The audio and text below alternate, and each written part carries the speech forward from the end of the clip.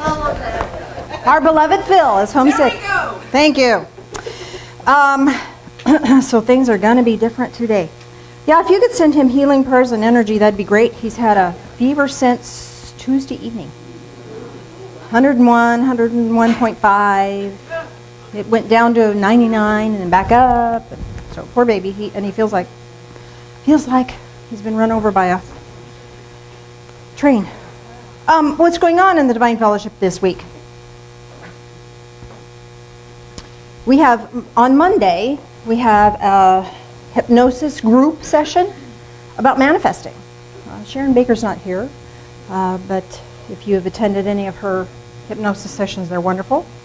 Manifesting is that spiritual practice of allowing ourselves to receive what our heart desires, getting out of our own way. So the hypnosis is a process to help you in that journey. So you can look on the calendar or look on the church's website, thedivinefellowship.com, and get more information on that. Drum Circle Tuesday, correct? Yeah. All right. We probably are ready for a drumming Sunday. Maybe, we'll talk about that. Then Wednesday night is Mind Shifters with Sandra and William. Thursday is Dream Quest Toolbox. If you're a graduate from a Dream Quest class, then we practice and do some really fun stuff. We're going to read Coffee this week. And then next Sunday, you want to tell us about next Sunday?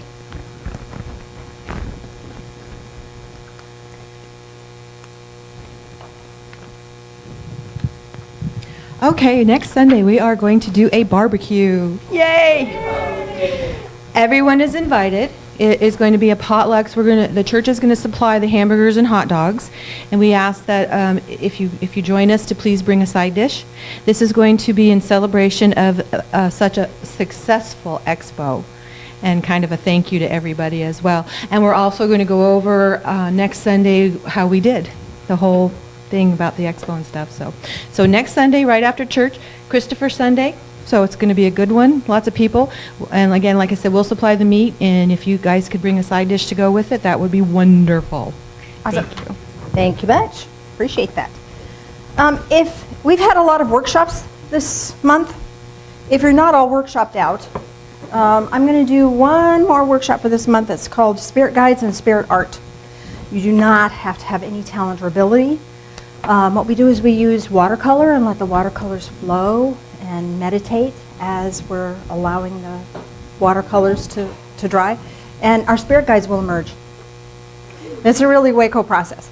But I need to know if you're coming or if you're not coming, if you're interested or not interested, because I need to buy supplies or make sure that there's enough supplies. So I need an RSVP on that one, and there is a fee for that. So again, check the church website about that.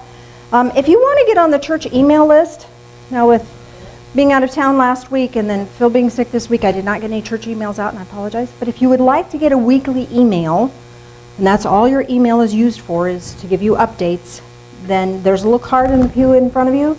Just write your name, even if you just want to put your first name and your email, that'd be great. And I can give you the information. You can get a heads up on what's going on. Communion. If you would be willing to volunteer for, I have no idea how to read this. Okay, whatever. Okay, just write their names on the Sundays that's not got an X on it. Okay. So here's the little chart. These are Sundays. We need people to help set up on Sunday mornings. So that's filling the little communion cups and getting the little communion bread and all that stuff ready. So if you'd be willing to do that, would you please sign up and help us out? That'd be just great.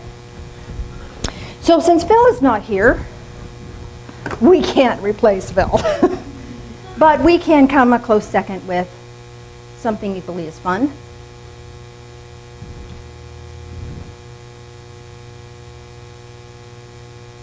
Hello.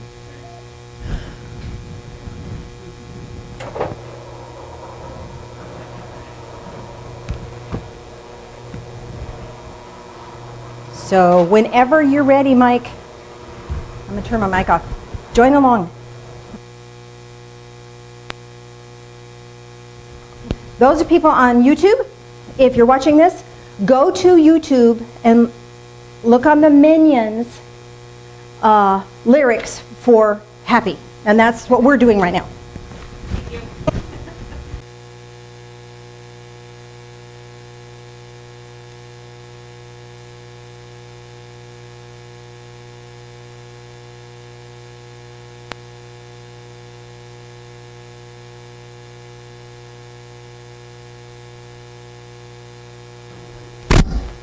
There we go. Okay. Oh, you would not have wanted to live in my head this week. I've been pondering faith. Is that the same thing as belief? What about joy? What about happiness? What about manifesting? What about expectations? What about this? What about that? Crazy thing to be in my head. Now the good news is, well, I better give you the bad news first. Bad news is, I don't have the answers for you. Good news is you don't need them. Because who am I to tell you what to think or what to believe? See, my job is to monkey with your mind to take you out of autopilot. Here's what autopilot looks like. My grandson came to me, we took him to dinner this week. And he said, well, Grandma, I'm thinking of doing blah, blah, blah, blah, blah. You what? That's autopilot. Now, after I thought about it a while, I thought, that might be a really good choice for him. And so I had to call and apologize for overreacting. So when I go, what? I'm on autopilot. Autopilot is that set, fixed, safe zone where everything feels okay.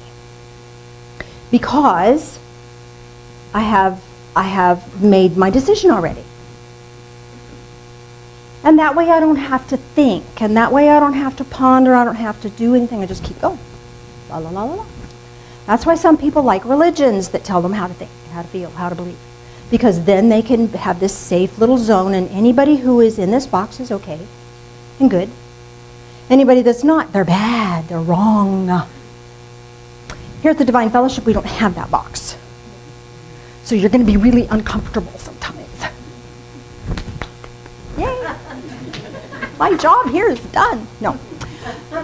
My job is to monkey with your mind to get you out of autopilot. Because here's the deal. Autopilot is this wonderful thing, so we can wash dishes and keep going. We don't have to think about, how do I wash a dish? We can drive our car and kind of be on autopilot. Yeah, kind of, sort of. You don't have to worry about how to shift gears or how to step on the brake. You know how to do that. You know how to turn a corner. You need to be on kind of paying attention so you know where you're going. You don't end up somewhere that you weren't expecting to be, although I have done that. And you have too, I know you have. Or you get there and go, how did I get here? I don't remember driving at all. That's too much autopilot. So there's nothing wrong with autopilot. It's really good, has its place. Spiritually being on autopilot robs you of your life, robs you of your spirituality, robs you of really living, being aware and awake. So I'm going to wake you up. You're already awake. Let's face it, if you were on autopilot, you wouldn't be here. You'd be somewhere else Sunday morning. And that's why okay. So autopilot has its place. Yes or no? But I want you to disengage autopilot for a minute.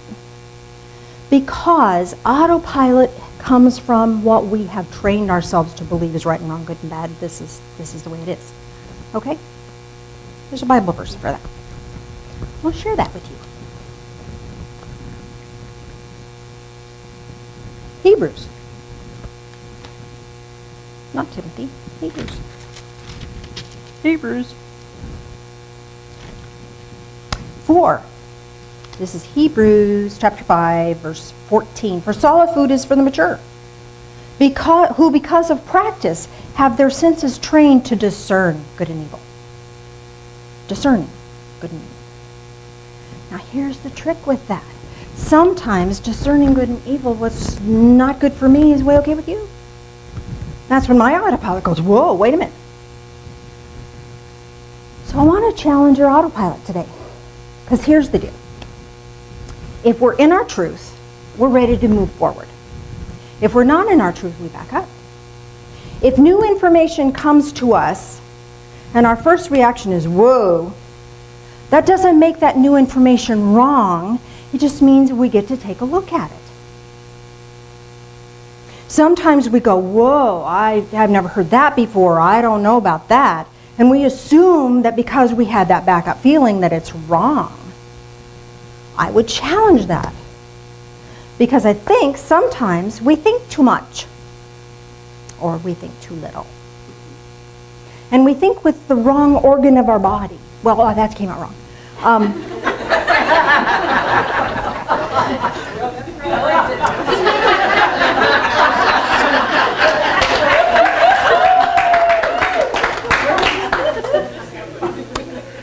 I'm not going to live that one down, am I? We use our brain to think, and that's a good thing because brain processes data. But the heart is also here to help with this discernment process. Okay? Now here's the deal. The heart has more than one chamber. The physical heart has 4 chambers. Our heart of hearts has 2 chambers. One has feelings. If you're happy, la la la. And the other part of the heart is the heart of hearts, where the truth is. Where the truth is. Okay? Now our feelings can be determinant upon our circumstances. I'm happy if you do it my way. If I'm not happy, you're wrong. Okay, that's not real happiness. That's not really the heart of hearts kind of happy. That's the manipulation. I want to make my world okay, but I don't care about you happy. The heart of hearts is the part of us that knows truth and can discern the truth because we've practiced it. If we don't practice knowing the truth, then we're just running on autopilot. And how do you know what the truth is? There's this little skinny book called The Power of Focusing. And in that book, it shows a process by how you can discern what body aches and things mean for you. You know, there's lots of different things you can, Louise Hay has a wonderful book about what goes on in your body and what it might mean for you. But your body has its own information for you. So this is when we can get into our own physical state of being and discern. That discernment process requires us to be still and perceive and experience.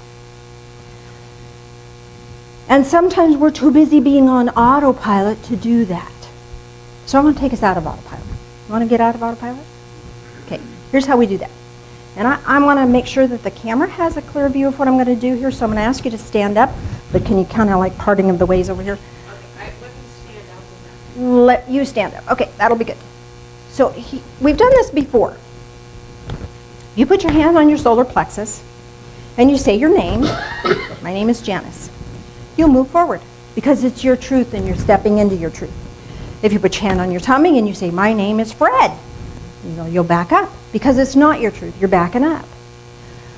And when we're not on autopilot, but new information comes to us, our first reaction might be backing up. I want you to just be okay with that for a while. But I want you to test this. Stand up. Hands on your solar plexus. Yeah, so I am too short. there we go. We're good. We're good. You step that way just a tiny. There, perfect. All right. So whatever your name is, my name is, and say your name. My name is, and you'll feel yourself move forward. Anybody not feel themselves move forward? I went back. You went back? Okay, can I? 1, 2, 3, 4, 5. Do it again. Okay, when you fall backwards, sometimes what happens is we get caught up in what everybody else wants of us and the roles we play. Maybe I'm playing mother right now. Maybe I'm playing sister right now. Maybe I'm acting as friend right now. And that will short circuit the name thing. The name is the gift that you were given that is your energetic signature. All right, now try, my name is Fred. Anybody here named Fred? Sorry, I better check it out first. Okay, my name is Fred. And you feel yourself go backwards? Did anybody go forward on Fred? Okay, cool. You want to ramp that up a bit because this is your solar plexus. Base chakra is your right to live. Second chakra is how you fit in your society, your culture, your tribe. Third chakra, this is your self-esteem, who you really are. Your heart chakra is what your heart wants you to know. So let's step this up a bit. Put your hands on your heart space. Now do it. My name is... Did that feel different? And now, my name is Fred. Okay. Now, this will help you discern what's true for your heart and get you out of what your head thinks is true. Have a seat.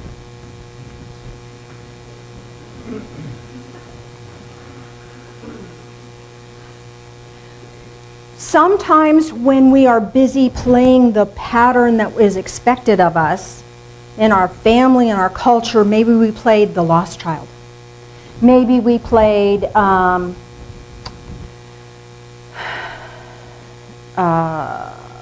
what's another role we can play? The one who fixes everything? The quiet one? And when we get locked in those roles, then this truth of who we really are can't shine. But to find the truth of something, then you have a practice that will help you do that. To get out of your automatic autopilot that tells you how your life is supposed to be based on what your outside circumstances have been up to this point. So new information can come to you now, and even though you may take a step back, oh, I don't know about that, you can have a sacred space, give yourself sacred space enough to go, let me think about that. Let me think not only with my head, but also with my heart space. Because the heart knows the truth of it. It is within the heart that our faith takes root. I want to talk to you about faith. Just a tad. Just a minute. Faith. Faith, according to Hebrews 11, chapter 11, verse 1. Faith is the assurance of things hoped for the conviction of things not seen. I love that. Okay, so here's faith. Faith is like an episode of CSI or NCIS. You have to look for it. But we don't. We get on autopilot. And we say, okay, prove it, God. Prove it. Prove it to me. Now wait a minute. That's backwards. Faith is based on evidence, true, but faith is also a result. So which came first, chicken or the egg? I don't know. Doesn't matter. So here's what I'm asking you to do. I'm asking you to look at your faith and allow your faith to make itself known. But I'm also asking you to have faith because you choose to. Now wait a minute, that doesn't make any sense. I'm not asking you to believe, I'm asking you to have faith. Belief is a set pattern of, okay, I believe this, and this.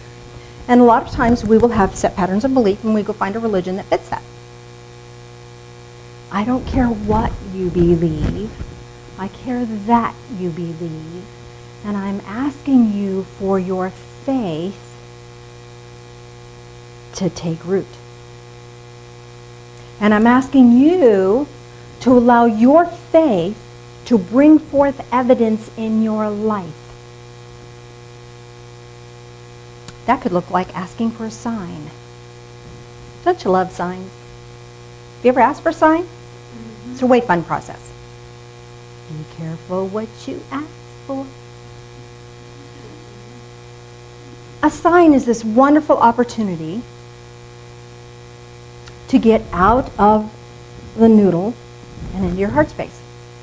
Because our head is going to say, oh, that can't possibly be true. Back it up. And your heart goes, yes, it is. I know it. I believe it. I feel it. So let me help you ask for a sign.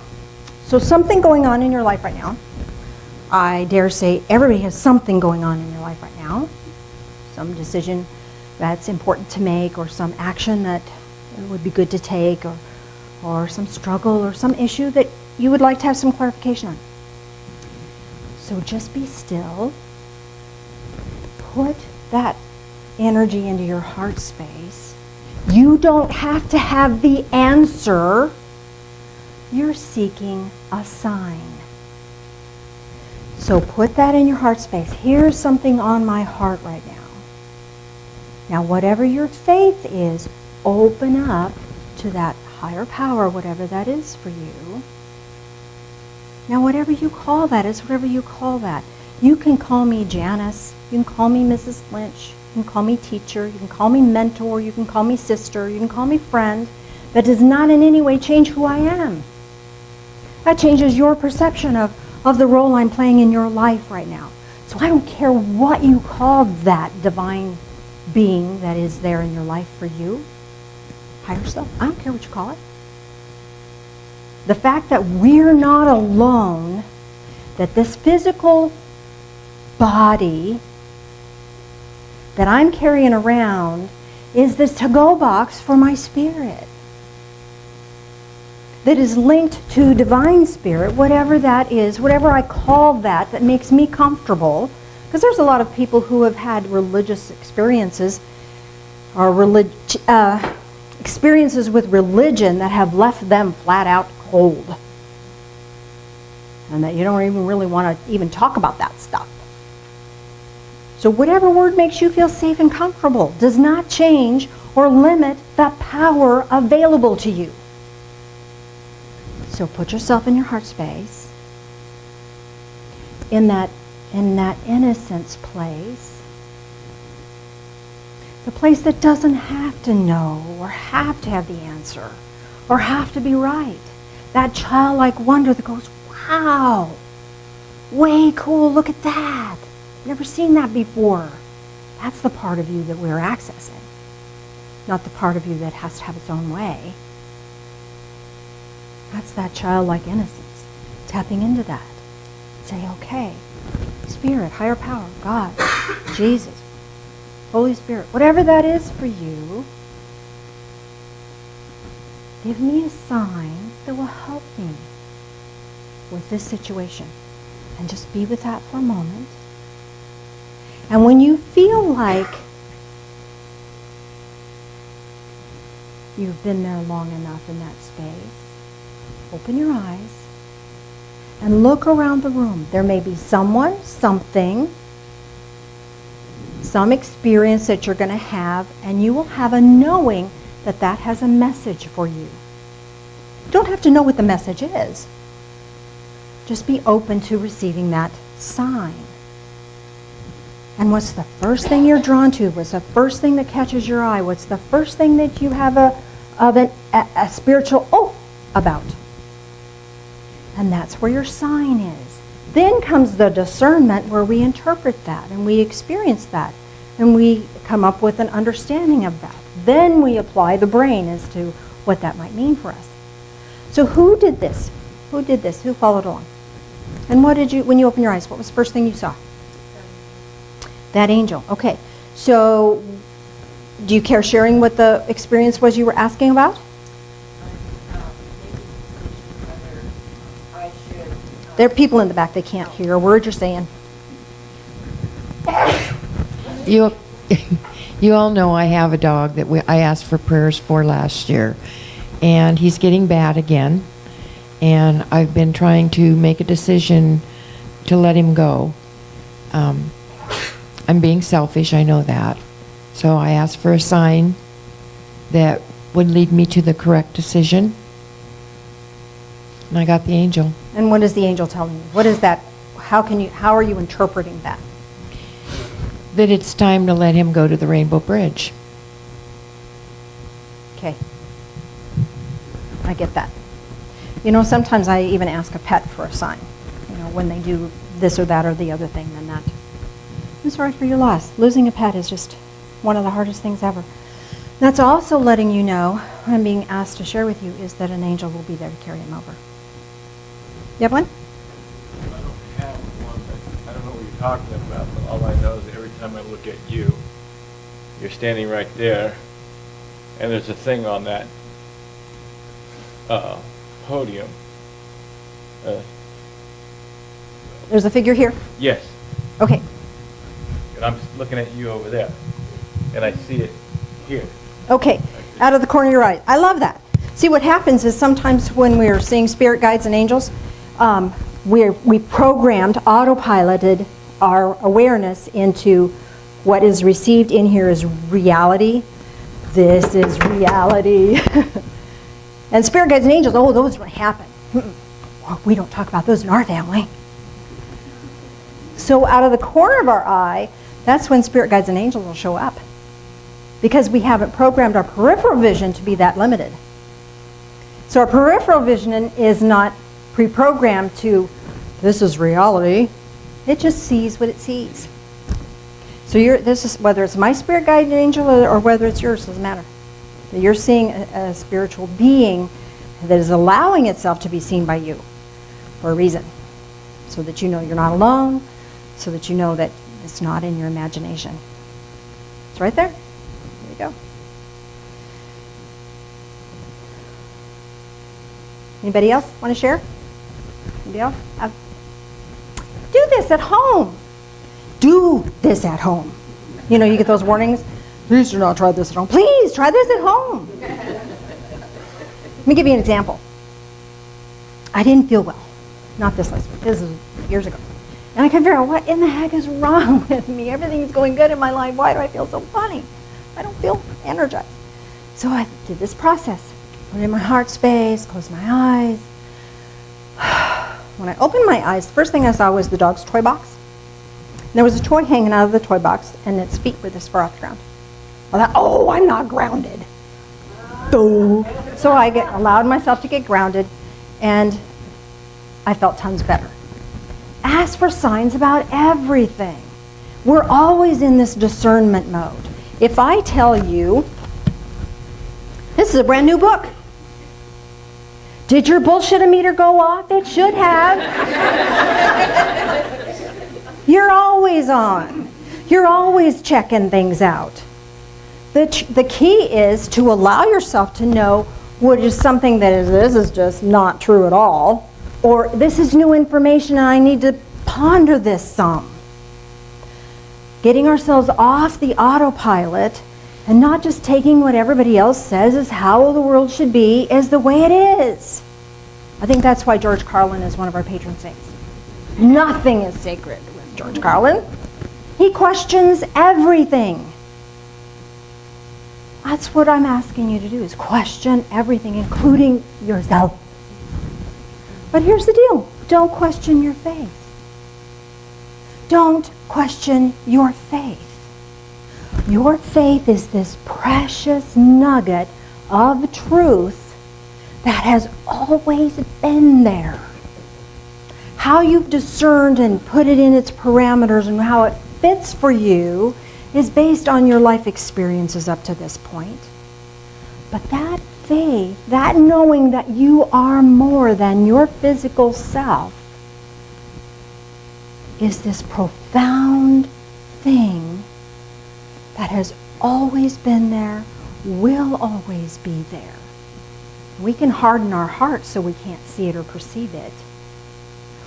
And you know how we do that? By being on autopilot. Because when we're on autopilot, we just la la la la la la la, and this is how it is. So get out of autopilot. Yes, the gears are going to grind a bit. That's okay. I hope they do. Because gear grinding is this wonderful opportunity for us to take a new look at things.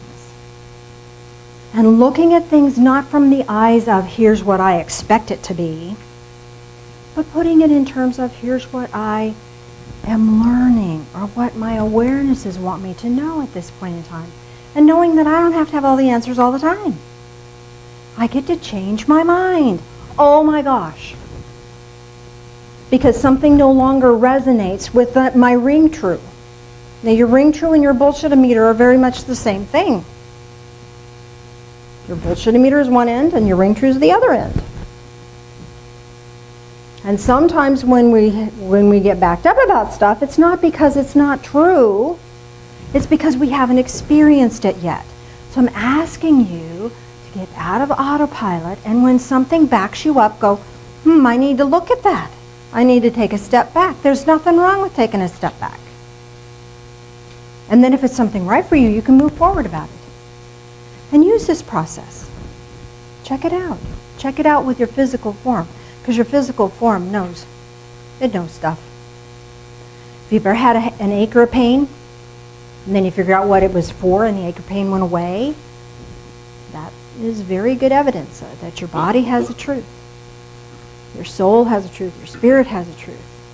So the key is finding your truth. And you know what? We deceive ourselves something fierce. Because what I think is true could be totally screwed up. That's why we need each other. That's why we need, oh, Janice, you are totally screwed up on that. Really? Let me get backed up about this for a second. Let me get on my autopilot engaged. But that's what friends are for. To say, well, let's look at it this way. Now, your truth may still be your truth, and I may still not be able to walk that path. But that's okay. The only time my path, when I see my path totally crystal clear, is when I'm on your path trying to tell you what to do. If I get off your path, all of a sudden, it's not so clear. So let's do a guided meditation, shall we? Yes, ma'am.